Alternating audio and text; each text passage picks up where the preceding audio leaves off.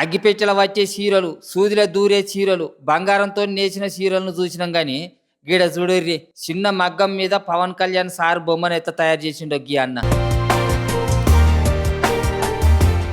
రాజన్న సిరిసిల్ల జిల్లాలోన్న హరిప్రసాద్ అనే గీనకు పవన్ కళ్యాణ్ సార్ అంటే మస్తు పాయిరం అట. గందుకే సార్ మీద ఉన్న పాయిరంతో చేనేత మగ్గం మీద గాయన బొమ్మను తయారు చేసిండు గిట్ల. అంతకు మొదలు సుతం చేనేత మగ్గం మీద గీన ఎన్నో అద్భుతాలు సృష్టించిండట. G20 లోగో కూడా నేసి దేశ ప్రధాని మన్ననలు కూడా పొందాను.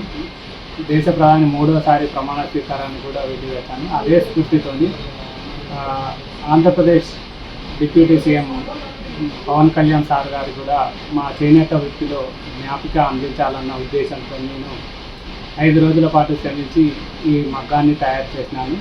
దీనిపైన పవన్ కళ్యాణ్ గారి ఫోటో వస్తుంది. పవన్ సార్ను కలిసేటందుకు పర్మిషన్ ఇస్తే దీన్ని ఆయనకి ఇస్తాడట. చూడాలి మరి గీ ముచ్చట మీద పవన్ సార్ ఏమంటాడో.